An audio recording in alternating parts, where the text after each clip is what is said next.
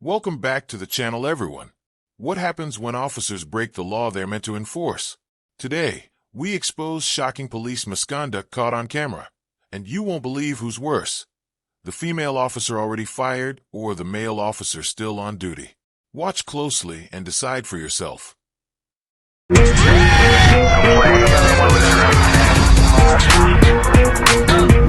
back to another video. We're in London. We're going to be auditing Holborn police station today. So yeah, I've actually brought some backup with me. You're not going to be able to see him. Look at the size of that. Oi, I don't know if that's all the station, but you're not going to be able to see him.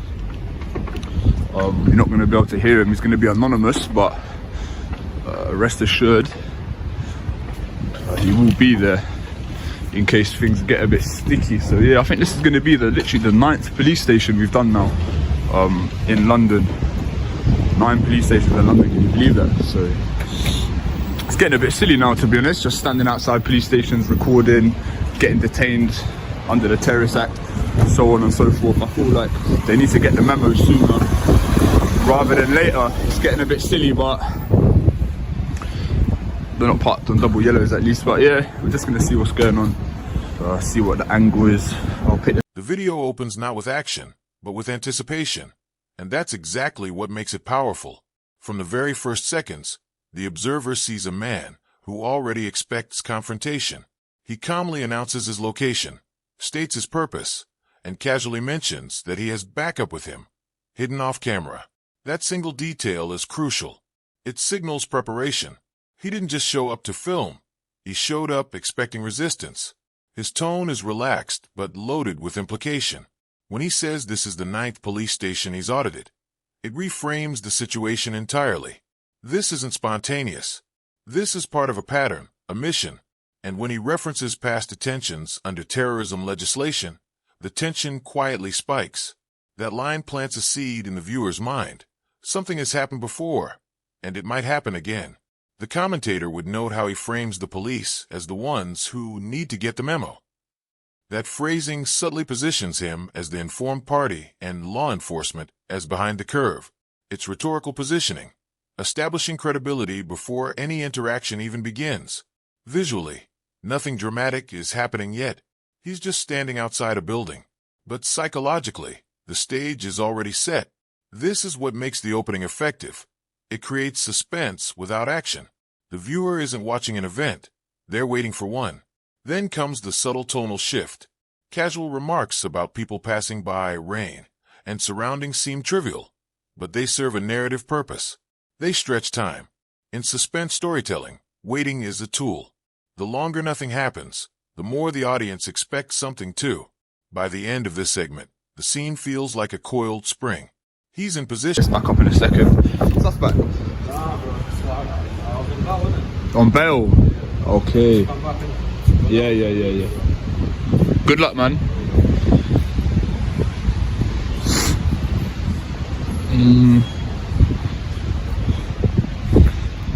My man wearing sliders in the rain. Oh boy.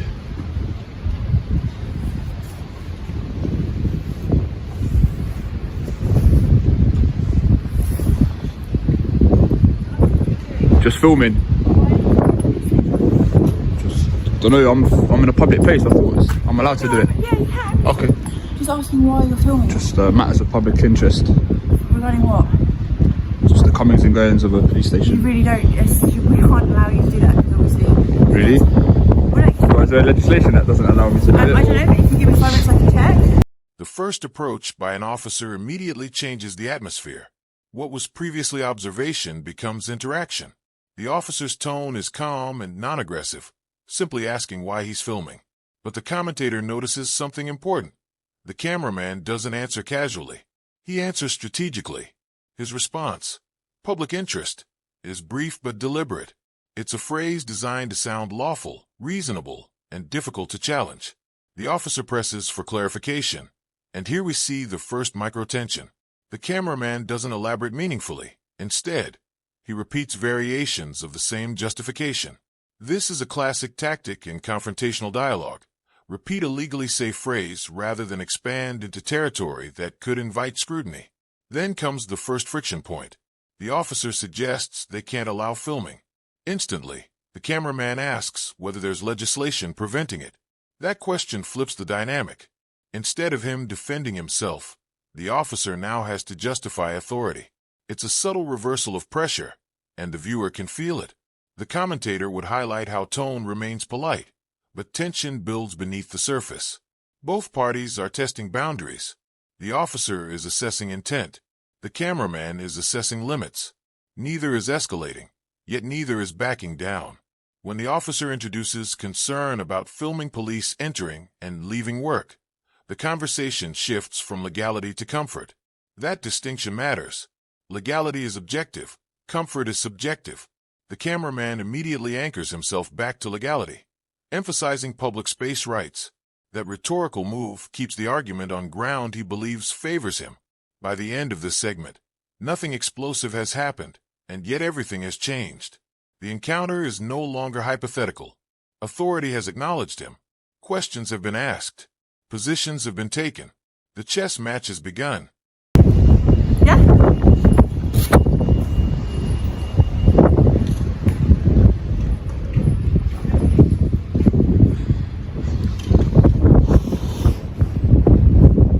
Clearly ain't got the memo about public photographers. It's disappointing, man. I wonder what these lot are really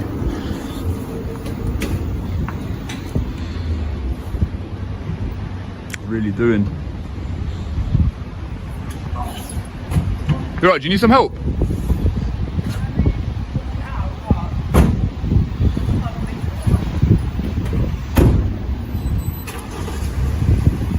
You look like you're ready for the gym. What's your name, sorry? What's your name? My name's PC Lucy Smith. Nice to meet you, Mrs. Smith. Or Miss Smith. Miss, yeah? Ms. Ms. Ms. You're divorced? No. You're on the market? No. Oh. What's your name? I don't have to give my name. I know, I'm just asking. I've given you my name. Yeah. So why are you recording that? Just matters of public interest. In regards to what? The public are interested. In what? Police stations, interactions with police, how their tax money is being spent. Okay, so why does that mean you have to film people? I don't have to, it's my choice. So why are you doing it? I've literally just explained. Yeah, for public interest. Yeah. In regards to what? Because you can understand from our point of view. Yeah. You're filming police officers coming in and out of work. Yeah. Can you understand how? Yeah, I agree. Yeah. I'm filming police officers coming in and out of work, but I'm stood on a public pavement. Yeah, I'm not saying that you're not stood on a public pavement. Yeah, so what are we disagreeing on? I've literally already explained it twice, Lucy. I know, but do you not understand where my concerns are? What are you concerned about? That you're filming the coming and going of police officers. What, are you hiding something or something? I don't know why you're concerned. Because no one wants to be filmed going in and out of work. Well, unfortunately, yeah, this is, you know what I mean, it's a free country. People can film from public spaces. You know what I mean? Your CCTV films people if they may not want to be filmed, dash cams. The same laws that give those systems the right to film. It's the same concept. What's this, CID? No. No. CID. Okay, fair enough. What's going on there? Do you explain? I've already explained it, to be fair. So this gentleman who's refusing to his name is filming coming and going of police officers in regards to public interest. Okay. What public interest is that? Can I ask? The taxpayers' money, apparently. Can you elaborate on that? What does that mean? People are interested in this. In what way? Just like interactions with police, But upkeep of the building, stuff like that. and- Mate, I'm stood on a public I'm just pavement, asking- I'm mate. just Like, asking. I don't have to answer questions. Can No, you leave but me alone, please? I'm just asking Could you? questions because if you just see it from our point of view, it's a bit Not strange. really. I can't really see it from your It's point of view. It's a side of the building. It says not anything here. Okay, An well then- entrance in and out. Then I'm going to get bored in a matter of minutes and go there. Yeah. Don't know. You're the one that said it's the side of a building. Well, it is. Yeah. There's nothing here, is there? At the No. end of the day, what is down here apart from? Just leave me some of my devices, man. I'll get bored and jog on probably, won't I? Yeah, but I don't really understand why you're here. I've So I'm just explained it, trying man. yeah, but You know I don't have to it's answer questions. It's not really making sense, is it? Well, if you don't understand it, then the public, yeah, people all over the country are actually really interested in this. What? The side of the building? Not necessarily the side of the building, like. Now the interaction deepens into a philosophical standoff, disguised as casual conversation. The officer tries to explain her concern, but the cameraman keeps steering the dialogue back to rights and legality. The observer notes how skillfully he redirects every subjective concern into an objective principle. When she says officers might not want to be filmed, he counters with comparisons. CCTV, dash cams, public recording.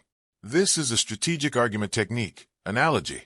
By comparing his filming to widely accepted surveillance systems, he normalizes his behavior and frames opposition as inconsistent. The officer attempts another angle, asking what he's actually looking for.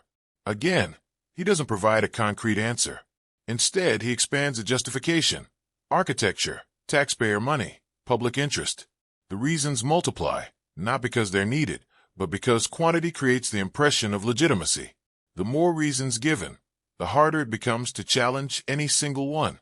The commentator would point out the psychological undercurrent here. The officer is trying to understand motive. He's trying to avoid being defined by one. Motive can be judged. Rights are harder to dispute. Notice also his repeated reminder that he doesn't have to answer questions. That line is crucial. It's not just a statement of law, it's a boundary marker. Each time he says it, he redraws the line of control in the conversation. Despite the subtle friction, both remain composed. There's no shouting, no threats, but that calmness is deceptive. The tension lies in ideology, not emotion. This isn't anger. It's a clash of perspectives about authority, privacy, and public space. By the end, neither side has conceded anything, and that stalemate is exactly what keeps viewers watching, because unresolved debates always promise escalation. Interview 3. Unexpectedly, the tone softens. The interaction turns almost friendly. The commentator notes that this is a critical shift, not a resolution, but a tactical pause. The cameraman admits he might get bored and leave soon. That statement lowers perceived threat. It signals he isn't there to cause chaos, only to observe. One officer asks about his YouTube channel, and suddenly the mood becomes conversational rather than investigative. This is a classic rapport-building phase. Both sides are testing whether the situation can de-escalate naturally. Interestingly, the cameraman acknowledges that friendliness makes people more willing to talk. That admission is revealing. It shows he understands interpersonal dynamics and is consciously navigating them. He's not just reacting, he's managing the interaction. The observer would stress how important this phase is. In real-world confrontations, escalation isn't always linear. Often it dips before rising again. These calmer moments create contrast, making any future tension feel sharper. There's also a subtle mutual recognition happening. The officers see he isn't immediately dangerous. He sees they aren't immediately hostile. That mutual assessment temporarily stabilizes the encounter. But the calm carries uncertainty. The audience senses it's fragile. One wrong tone, one new arrival, one misinterpreted gesture, and everything could change. And right on cue, someone new approaches. Like I said, interaction with police, upkeep of the building. I mean, look at the building. What about it? It's an interesting piece of architecture. Yeah? What about the architecture? What interests you? I don't know, man. The upkeep of it, you know what I mean? Like I said, I did say that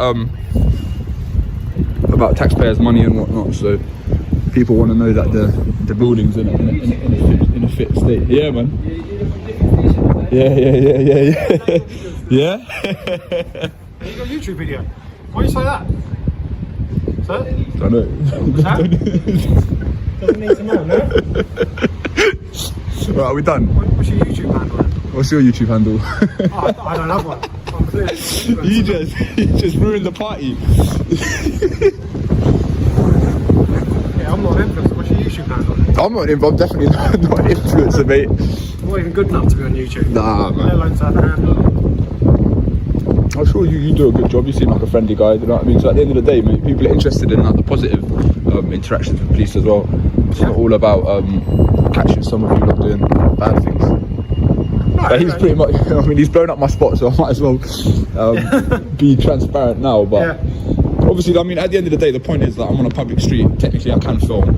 Don't have to answer questions. No, you don't. You can appreciate that. I can, yeah. But you have been quite friendly, so like naturally, I mean, it's a good way to get information out of someone, you know what I mean, if you're a bit more friendly. Yeah, if you come up to me like, oh... Yeah, I've got no need to be. Well, there you go. So if you were being that, I might be a bit intrusive, exactly. You know what I mean? So You use your judgment to probably ascertain that I'm not a threat or a security risk or anything like You that. can appreciate from our point of view as well. What's happened in the news lately? I mean, yeah, I'm not saying you're anything like that. I know. I I know. People around buildings is Again, yeah. You've got your concerns, I've got my rights. You know what I mean? So it's just about having conversations, making sure everything's okay. No, fair enough. So, Would you mind identifying yourself just in plain clothes? I'm in plain clothes. My shoulder number's 1906. 1906. Yeah. Okay. You're not going to give your name? What station you're based at? To be fair enough. If you don't want to give your name, you know that's going on YouTube now, isn't it? So if you don't want to give your name, I can understand. Yeah, so I am a local officer here. So. The officer resets the tension instantly. Unlike the earlier conversation, this approach is more direct, more suspicious. Questions come rapidly. What are you doing? What's in your pockets? Why are your hands there? The atmosphere tightens. The commentator would emphasize how quickly tone transforms perception. The same cameraman who seemed relaxed moments ago now sounds defensive. He insists there's nothing in his pockets, pushes back against the suspicion, and tells the officer to behave. That word choice is significant. It signals irritation, the first real emotional edge of the encounter. The officer interprets his movements as agitation. He interprets her suspicion as accusation. This is the classic misinterpretation loop. Each side reads the other's behavior as confirmation of their own concern. What's fascinating is how fast it peaks and how fast it ends. There's no detention, no escalation, no...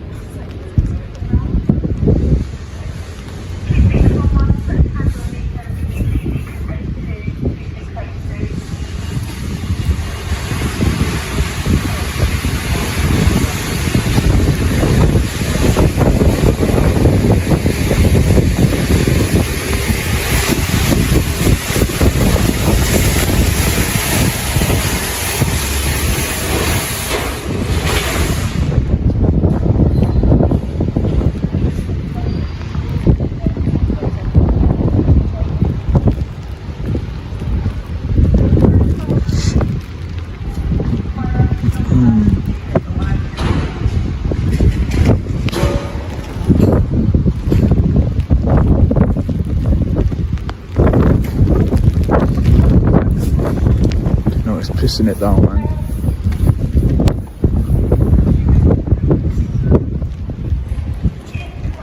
Shit, alright.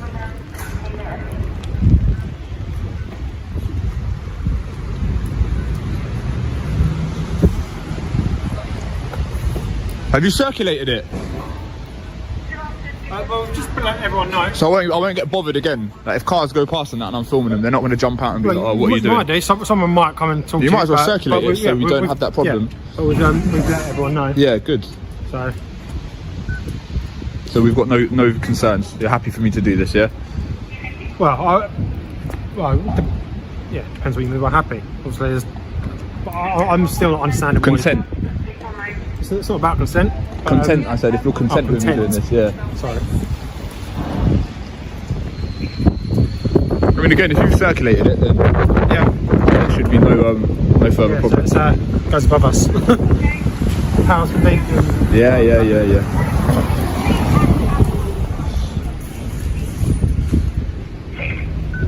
I mean, you've got a duty to carry it partly in uniform. Half in uniform. You should have given me half your name. You shouldn't have given me your full name. I didn't give you my middle name though. Okay. So I put some back. I suppose you haven't got the hat on, so. Yeah. Are you around? Do you live in London? Do you live in London? Yeah. Do you live in London? I don't know. Maybe.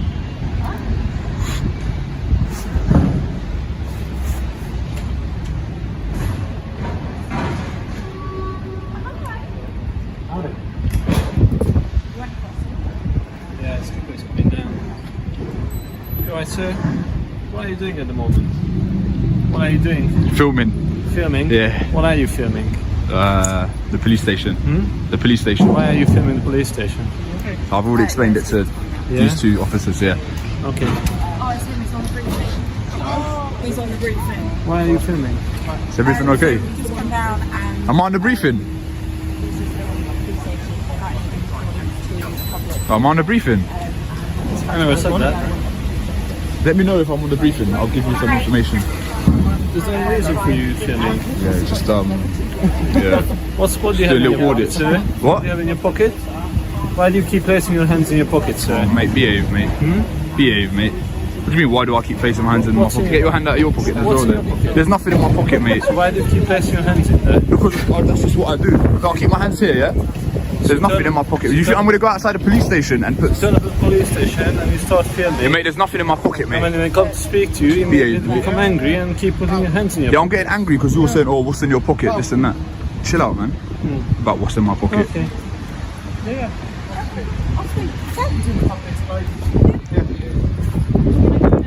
What? Has there been a briefing about me? No. Alright. Alright, take care, guys. Take care. Bye-bye. Don't get too far. No, I won't. Yeah, that's Holborn Police Station. Started well. It's a bit interesting, but yeah, I'm flipping. Me and my friend are doing a podcast. We've got a podcast coming soon. It's called the Coming Last Podcast. So if you lot would be interested, make sure you tune in. The first episode is going to be about auditing. And yeah, again, that's Holborn. Thanks very much for watching.